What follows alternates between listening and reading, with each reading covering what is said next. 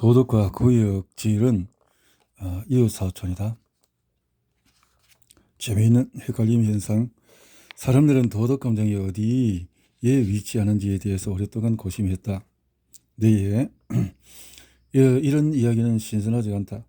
상당히 한 물간 이야기를 끄집어내야 하기 때문에 바로 부도덕이 어디서 유래하느냐 하는 질문이다. 부도덕한 개인을 어떻게 대하였는가 하는 딜레마에 봉착한 인간은 오래전부터 이런저런 방법을 취해왔고 때로서 건강하지 못한 방법을 선택하기도 한다.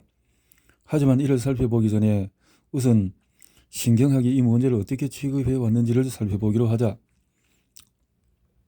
19세기 말 오스트리아 빈의 무균 실험실.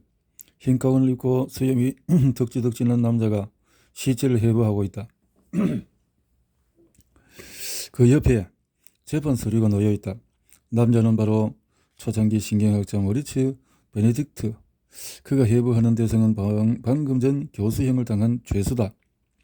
상황을 파악할 수 있게 미리 말해두자면 이 시기에 뇌를 연구할 수 있는 방법은 거의 없었다.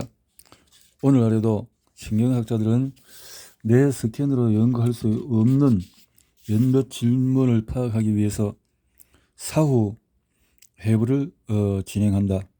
베네딕트는 범죄자에 대해서 후두엽이 손해를 덮고 있지 않다는 것을 관찰했다. 즉 손해 위에 후두엽이 지나가면 정상이고 나머지는 열등한 인간이라는 소리다. 이렇듯이 신경학적인 인식은 자칫 급진적인 이데올로기로 연결되어 위험해질 수가 있다. 다행히 뇌 스캔을 고안하기 전에 인류는 몇몇 다른 진보를 이루어냈다. 사후 연구도 계속 발전했다. 학자들은 새 부분들도 관찰할 수 있게 되면서 각각의 구조를 전보다 훨씬 더 잘 확인할 수 있었다. 그러나 도덕의 문제와 관련해서 연구에서는 꽤나 특이한 실험이 행해졌다. 가령 도덕관념은 서서히 발전하는 것이며 거기서 교육이 중요한 역할을 한다는 사실을 뇌생리학자 오스카 포커트는 비교 실험을 했다. 그러니 앞으로 사랑이나 공감, 또 공격성 혹은 도덕관념 등의 뇌의 어디에 위치하는 이야기를 또 역사적으로 그동안 신경학적 연구로 특이한 연구가 여럿이 있다는 점을 기억해야 한다. 자, 2차 세계대전 이후로 연구 방법이 상당히 조심스러워지긴 했다. 게다가 앞서 살펴봤듯이 밀그램의 실험에서 권위 있어 보이는 사람이 요구하면 도덕 원칙도 얼마나 쉽게 던져버릴 수 있는 것가 드러난 이래 많은 사람은 도덕이 맥락에 따라 달라지는 것이며 신경학이 도덕 연구의 무용지물이라고 믿게 되었다. 모든 것이 교육에서 비롯된다고 말이다. 오늘날 도덕은 학제 간 연구를 통해서만 접근할 수 있는 복잡한 주제로 인식되고 있다. 인류학, 심리학, 사회학 등 학문의 협력이 필요하다는 것이다. 그러므로 도덕관념을 뇌 속의 아주 작은 부분에 위치시키려는 학자는 더 이상 찾아볼 수가 없다. 대신 우리는 다시 네트워크가 중요하다는 사실을 깨닫고 있다. 예전 연구도 이런 인식에 보탬이 되고 있다.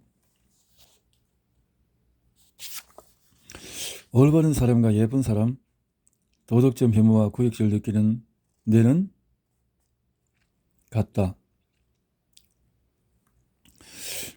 도덕이 교육 관습 세심한 습고로 이루어진 순수한 이성적인 사물이 아니라는 것은 아이들의 실험 결과를 통해서 알 수 있다.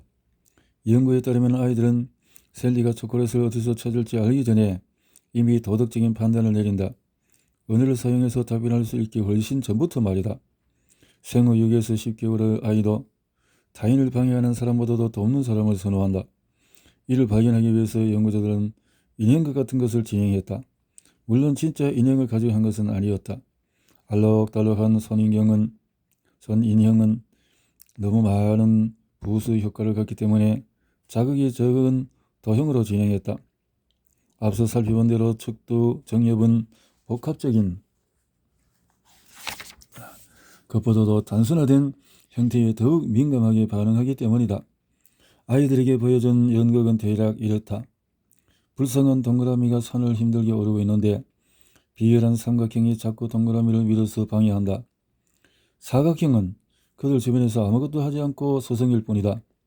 연극을 관람한 아이들에게 동그라미, 삼각형, 사각형을 다시 보여주면 아이들은 대부분 동그라미를 가지고 놀려고 한다. 사각형을 가지려는 아이는 소수고 비열한 삼각형에게는 눈길조차 주지 않는다. 악한 역을 어떤 도형이 맡던 이런 속임수는 통했다. 따라서 우리는 말로 표현할 수 없어도 도덕적인 판단을 내린다고 볼 수 있다. 성인은 우리도 마찬가지다. 뭐 신문에서 헤드라인을 접하면 바로 신속하고 직관적으로 반응하지 않는가?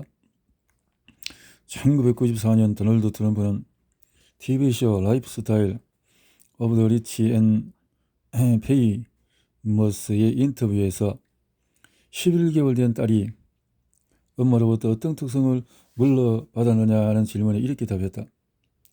많아요. 딸내미는 엄마의 다리를 닮았어요.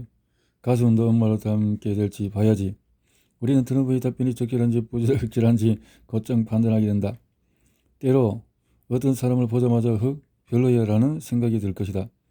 그 뒤에 내가 왜 그런 생각을 하지? 하면서 그런 판단을 변화하기 위한 이성적인 논지를 꽤 오랫동안 찾는다.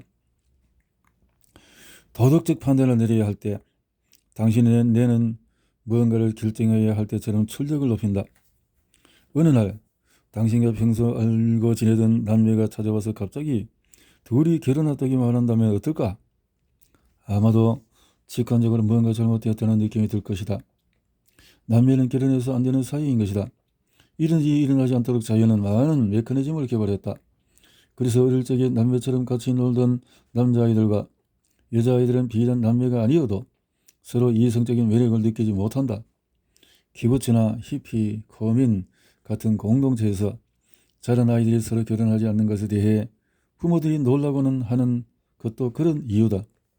게다가 근친상간은 위험하다. 생물 시간에 배우지 않았는가?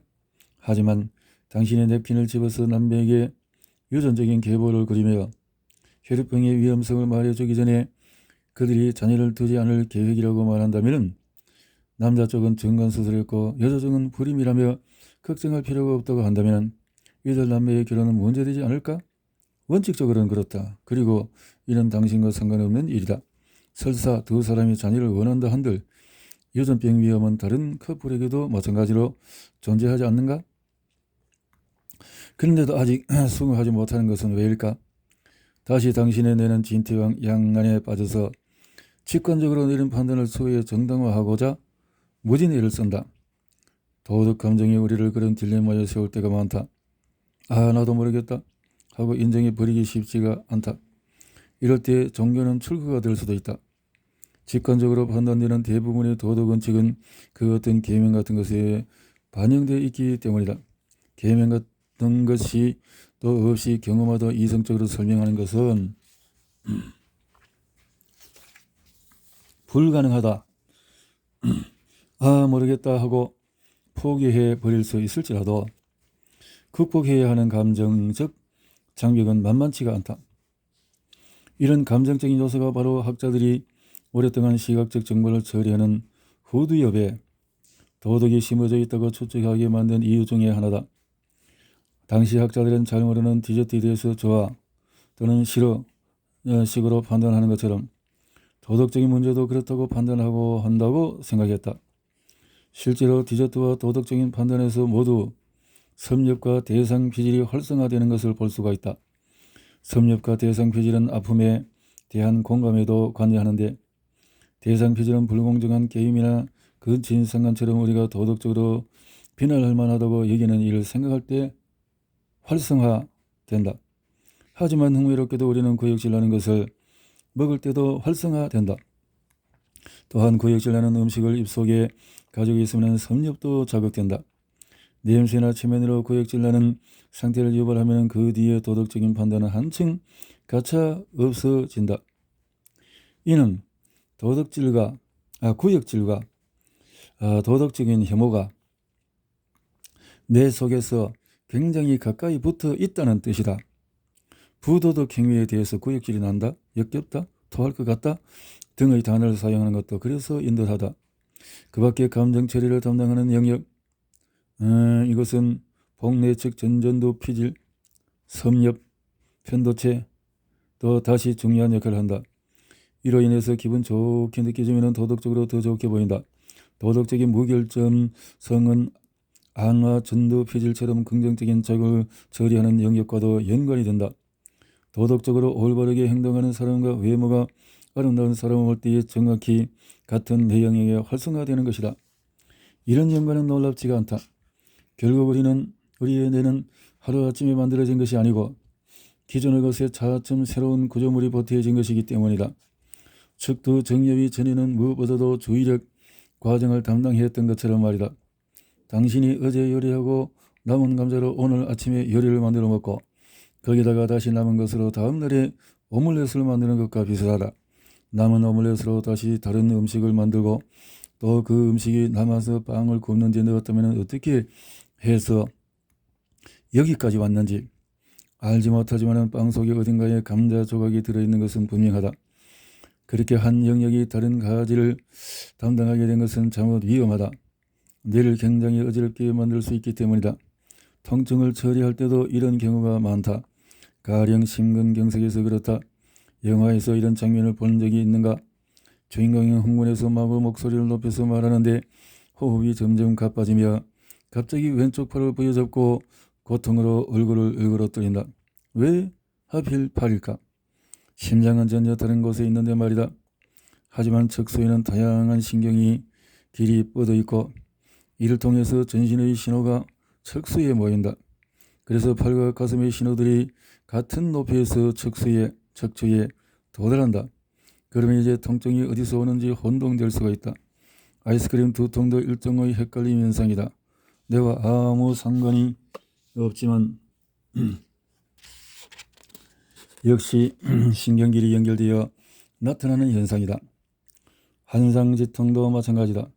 지금은 절단대에서 더 이상 존재하지 않는 신체 부위에서 신호를 받던 내 영역이 스스로 등한시 된다는 것을 느끼고 이곳한 영역이 보내는 신호를 함께 받으려 하면서 유발되는 통증이다. 환상지통의 메커니즘은 아직 확실히 밝혀지지 않았다. 또한 도덕 문제와도 그다지 상관이 있지 않다. 하지만 우리의 뇌가 자기가 받는 모든 자극을 제대로 분류하지 못한다는 것을 보여주는 좋은 예다. 이 책의 서두에서 말했듯이 뇌는 어둠 속에 놓여 있다. 뇌는 자기가 받은 몇 안 되는 인풋으로 상대가 선한 사마리아인인지 겉만 번지르한 사람인지 쉽게 가늠하지 못한다. 따라서 우리는 결과적으로 외모가 뛰어난 사람을 더 친절하고 정직하고 믿음직한 사람으로 여긴다. 심지어 고급 양복을 입은 나치에게 현혹되기도 한다. 외모가 부족한 죄수는 더 중한 형을 선고받기도 하고 외모가 뛰어난 사람은 보다 수월하게 취직되거나 12% 정도 높은 임금을 받는다는 조사 결과도 있다. 이런 식의 차별에 많은 사람이 공감할 것이다. 물론 이러한 차별을 철폐하기 위해 할 수 있는 것은 많다. 가령 입사 지원서에서 사진을 붙이지 않는 방법이 있다. 도덕을 위태롭게 하는 것은 이뿐이 아니다. 실험 대상자에게 성적 자극을 주면 도덕 수치심, 죄책감 등과 관계되는 영역의 활성화가 떨어지는 것으로 나타났다. 그러니 부적절한 행동 후에 뒤늦게 수치심이 밀려드는 것도 이상할 것이 없다. 전전도 비실이 다시 혼수를 두게 하는 것이 좋았을 텐데 그렇지 않는가? 도덕적인 딜레마에 빠지면은 모든 사회적인 주제와 마찬가지로 도덕적인 판단의 경우에도 생각과 감정을 중재하는 일이 필요하다. 우리는 낯을 위해서 소설을 희생시켜도 되는가라는 주제로 진행한 사고 실험을 통해서 생각과 감정이 함께하기가 쉽지 않다는 것을 익히 알고 있다. 가령 어떤 비행기가 인구 밀집 지역에 추락할 위험이 있을 때 그 비행기를 격추시켜야 할까? 제9대 독일 대통령이었던 호스트 켈러는 공리적인 결정을 위한 장벽을 낮추는 법안에 서명하기를 거부했다. 그의 머릿속에서 어떤 일이 있었는지 우리는 알지 못한다. 하지만 fMRI 스캐너 덕분에 대략 추측할 수는 있다. 실험 대상자는 도덕적인 딜레마에 처하면 예상대로 불쾌감을 느낀다. 마음이론과 자기 통제에서 알고 있듯이 꽤 복잡한 인지 과제를 마저 하기 때문이다. 마치 두 시각이 머릿속에서 싸운다고 할 수가 있다. 분석적인 가치 판단을 하는 베네책 전전도 피질 속에 비중이 우세하면 공리적인 선택을 내릴 확률이 높다. 따라서 인명피해가 적다는 이성적인 이유로 불편한 결정을 내릴 수 있는 것이다. 사회적인 감정에 중요한 복내적 전전도 피질이 손상된 환자들은 공리적인 선택을 쉽게 내린다. 베네책 전전도 피질은 불쾌한 감정을 잘 처리하는 데 도움을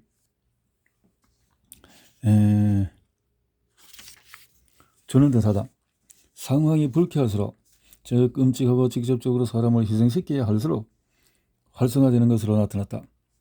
하지만 도덕적인 딜레마에 맞닥뜨리는 상황은 다양하다. 기차를 멈추기 위해서 덩치가 큰 남자를 선로에 던져야 할 수도 있고, 은신처에 숨은 100명이 발광되지 않도록 울어대는 아이의 입을 틀어막아야 할 수도 있다. 물론 이는 너무 지나치긴 극단적인 예시다. 이러한 상황에서 우리가 도덕적으로 올바르게 결정하려면 어떻게 해야 할까? 우는 아이의 입에 공갈 젖꼭지를 물리면 어떨까? 그러나 이러한 이야기란 단순히 비유적인 상황에 그칠까? 그렇지 않을 수가 있다. 상황이 다양하면 결정도 다양해지는 법.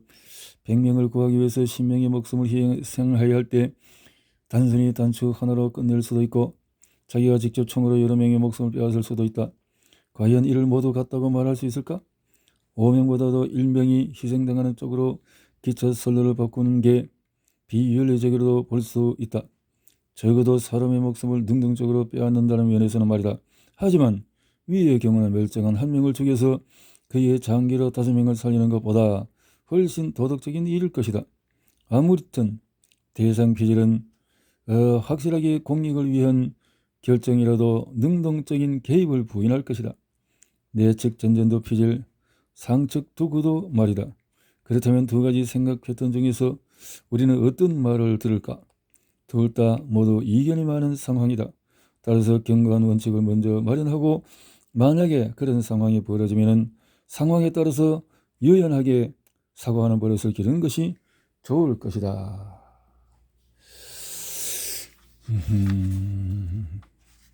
무슨 생각으로 그래서 마음 위로는 형량을 줄이다. 도덕적인 판결에서도 이성과 감정의 협연이 쌍방으로 다시 작용한다. 가령 누군가의 손에 무늬에 끼었을 때 자기 잘못이든 타인의 손을 치는 바람에 그렇든 아픈 정도는 모두 같다고 생각할지 모른다. 하지만 그렇지가 않다. 후자의 경우가 훨씬 더 불쾌하고 아프게 느껴진다. 왜 그런지 이해하기 위해서는 마음 이론이 필요하다. 마음 이론. 실험 대상자에게 병으로 고생하는 것처럼 도덕적인 배경은 없으나 고통스러워하는 사진을 보여주면 안와 전도 피질과 상측 두구가 특히 활성화된다. 안와 전도 피질은 앞서 상거를 판단하는 기능을 한다고 이야기했고, 상측 두구는 의도를 관찰하는 데 중요한 역할을 담당한다. 저기는 누구에게 책임이 있지 하는 식으로 문제를 해결하는 데 말이다. 상측 두구 바로 옆에 측두 정엽도 있다. 알다시피 자기 생각과 상대방 생각을 구분하거나 상대방의 생각이 있는지 없는지 알려주는 작은 영역이다. 사람을 거리 표지판이나 잔디 깎는 기계와 다르게 보기 위해 측두 정엽은 우연한 행동과 목적 지향적인 행동을 구분한다. 우리가 도덕적인 판단을 하는 데 필요한 중요한 정보 중에 하나를 제공해 주는 셈이다. 그래야 우리는 무엇이 옳고 그른지 판단할 때 결과만 보지 않고 그 배후까지 살핀다. 행동의 결과가 중요할까 의도가 중요할까 하는 것은 그동안 철학자와 법학자가 누누이 논쟁해 온 문제다. 내가 친구에게 커피가 완성되었는지 확인해서 달라고 부탁해서 친구가 건물 안으로 들어갔다.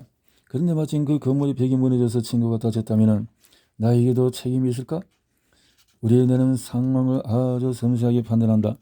타인의 생각을 전전도 피질과 측두 정엽의 도움으로 유추한다. 경독의 자기자극법을 이용해서 측두 정엽의 활성화를 억제한 경우에 실험 대상자는 폭력 행위의 의도를 파악하기가 어려웠다. 측두 정엽의 도움이 없다면 당신이 의도치 않게 닫은 문에 누군가 머리를 부딪힌 친구와 같은 당신이 일부러 문 뒤에 숨어 있다가 부딪히게 하고는 고소해야 하는 차이를 구분해야 할 수가 없을 것이다. 반대로 사회적인 감정을 처리하는 데 중요한 복내적 전전도 피질이 손상된 경우에는 의도보다 결과를 중요시했다. 그런 사람에게는 당신이 의도했든 의도하지 않았든 문의 머리를 박았다는 사실만이 불쾌하다. 따라서 도덕적인 문제에 대해서는 의도가 있었는지 등등 많은 상황적인 요소를 고려해서 담합할 수밖에 없다. 그리고 이런 요소들이 서로 상충하는 경우에 우리는 딜레마에 빠질 수밖에 없다. 사법제도는 오랫동안 이러한 차이를 섬세하게 고려하지 못했다. 중세는 결과만 보고 판결을 내렸고 16세기 들어와서 비로소 책임 소재를 묻기 시작했다. 이제 우리의 사법제도는 모든 연령에 동일하게 책임을 묻지 않는다. 내는 몇 초만 해도 섬세한 판결을 내릴 수 있는데 이러한 특성이 사법제도에 반영되기까지 그토록 오랜 세월이 걸렸다는 게 놀랍다. 감정에 좀 더 주목해야 할 또 하나의 이유다. 정신적인 책임 능력도 마찬가지다. 인류학자 프란스 드 발은 붉은 털 원숭이가 정신적인 책임 능력을 판가름하는 감각을 가지고 있다고 말한다. 붉은 털 원숭이는 미국 군대나 청소년 영화에서 볼 수 있는 10대 집단보다 위기의 질서와 계급의식을 더 존중한다. 서열이 높은 원숭이가 지나가면 식은땀을 흘리며 조심스러운 태도를 보인다.